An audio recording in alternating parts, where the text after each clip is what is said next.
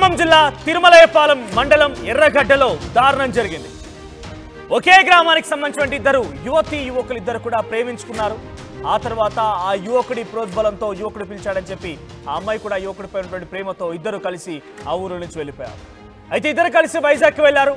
15 రోజుల క్రితం నరేష్ ఆ అమ్మాయిని అక్కడే వదిలేసి వైజాగ్లోనే వదిలేసి రమ్యను అక్కడే వదిలేసి తిరిగి మళ్ళీ స్వగ్రామానికి వచ్చేశాడు.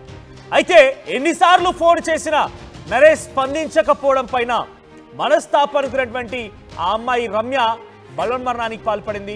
వైజాగ్లోనే బలవన్మరణానికి పాల్పడి ఇప్పుడు మరణించింది. సో తను ఇద్దరు ప్రేమించుకున్నారు, అనుకున్నట్టుగానే ప్లాన్ వేసుకున్నారు, ఇద్దరు కలిసి జీవిస్తామనుకున్నారు. ఒకరిని విరిచి ఒకరు ఉండలేమని నిశ్చయించుకొనే ఇద్దరు కలిసి ఆ ఊరు నుంచి వదిలేసి వెళ్ళిపోయారు.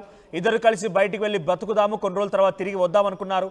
అనుకున్నట్టుగానే ఇద్దరు కలిసి వెళ్ళిపోయారు. కానీ నరేష్ మాత్రం అమ్మాయిని అక్కడే మోసం చేసి వదిలేసి వచ్చినట్టుగా ఆ అమ్మాయి చెప్తోంది. ఒక లేఖ కూడా అమ్మాయి చివరిగా తన బలవన్మరణానికంటే ముందు ఒక లేఖను రాసుకొచ్చింది. ఇక్కడ చూడండి. నన్ను క్షమించండి, నా చావుకి కారణం నన్ను ఇంత దూరం తీసుకొచ్చి నమ్మించి మోసం చేసి వెళ్ళిపోయిన నరేష్. నా తల్లిదండ్రులకి ఈ చావుకి ఎటువంటి సంబంధం లేదు. సో మరోవైపుగా సారీ నాన్న, వాడిని మాత్రం అస్సలు వదిలిపెట్టకు, తమ్ముడు జాగ్రత్త, నా కోసం ఆలోచించకండి అని చెప్పి ఒక లేఖ కూడా రాసుకొచ్చింది. సో ఇద్దరు కలిసి నిశ్చయించుకొని ప్రేమించి పెళ్లి చేసుకొని జీవిద్దామనుకున్నారు.